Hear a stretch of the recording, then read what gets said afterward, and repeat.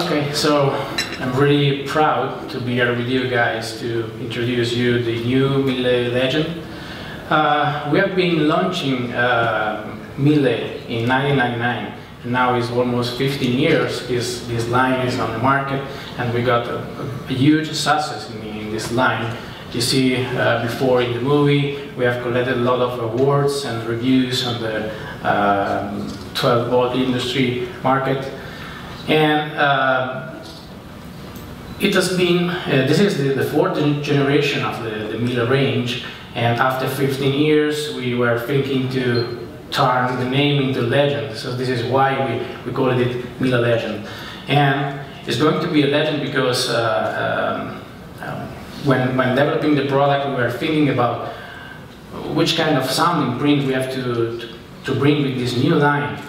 And we have to say the same we have before, because we don't want to change the sound imprint of this line, because this line is very important for us, because it's a very dynamic sounding line, and we wanted to not to replace the sound, just to give a better sound but keeping the sound imprint.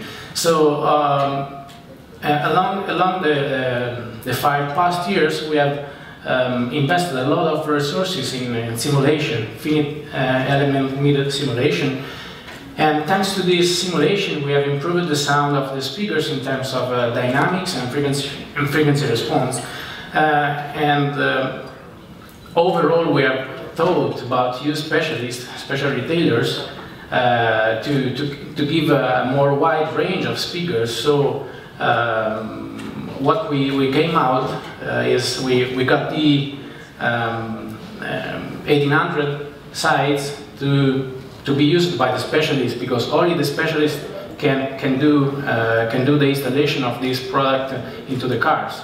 And so we have spent a lot of time developing the electroacoustic model of the 1800, and we use it to feed 50mm voice coil in the 1800 for giving you tons of mid-bass with this speaker.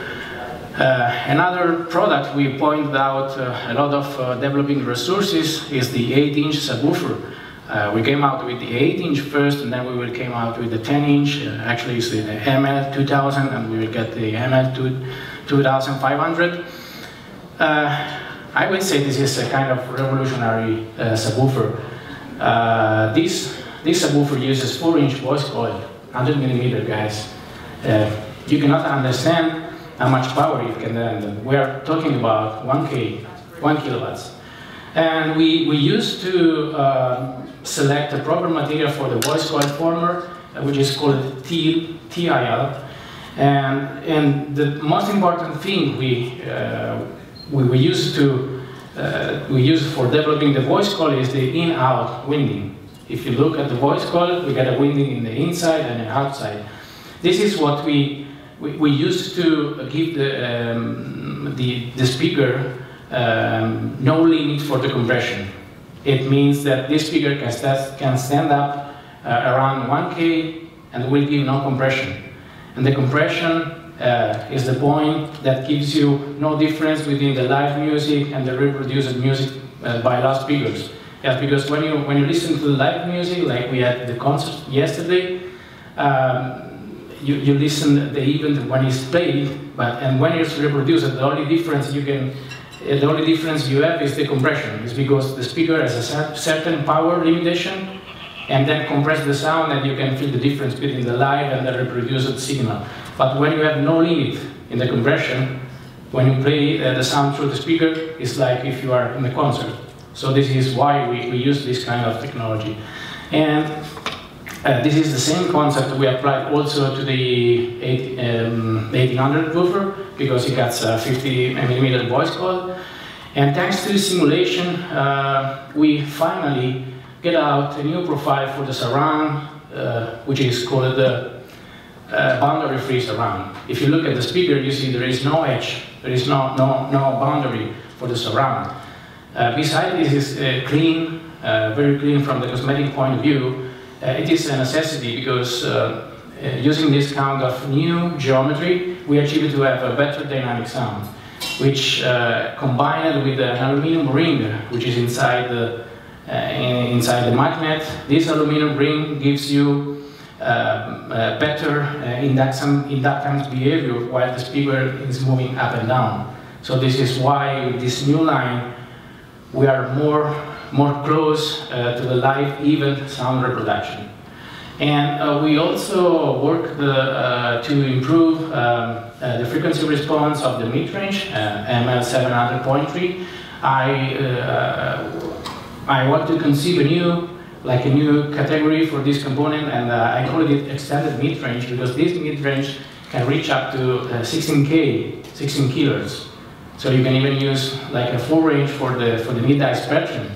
But anyway, we always suggest to use it combined with the ML 280, which is the new tweeter. If you look at the tweeter, some of the people can think, okay, you just redesign the faceplate and get the driver as it is in the actual line, but it is not what we did.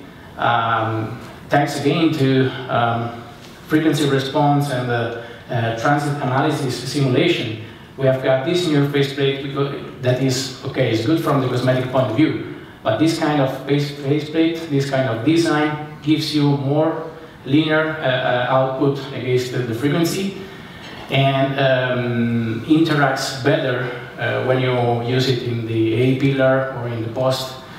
And also we have improved the rear chamber enclosure volume by 50%.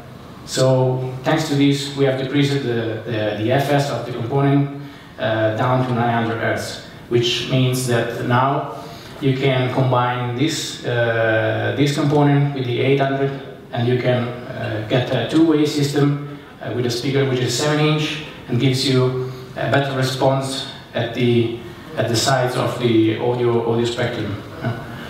And okay, for the 1650, we have changed the name, which was a legendary component. So we wanted to change the name to give the feeling that this is a totally new component, even if the construction seems to be the same. But this is totally new because we got a full metal look of the speaker.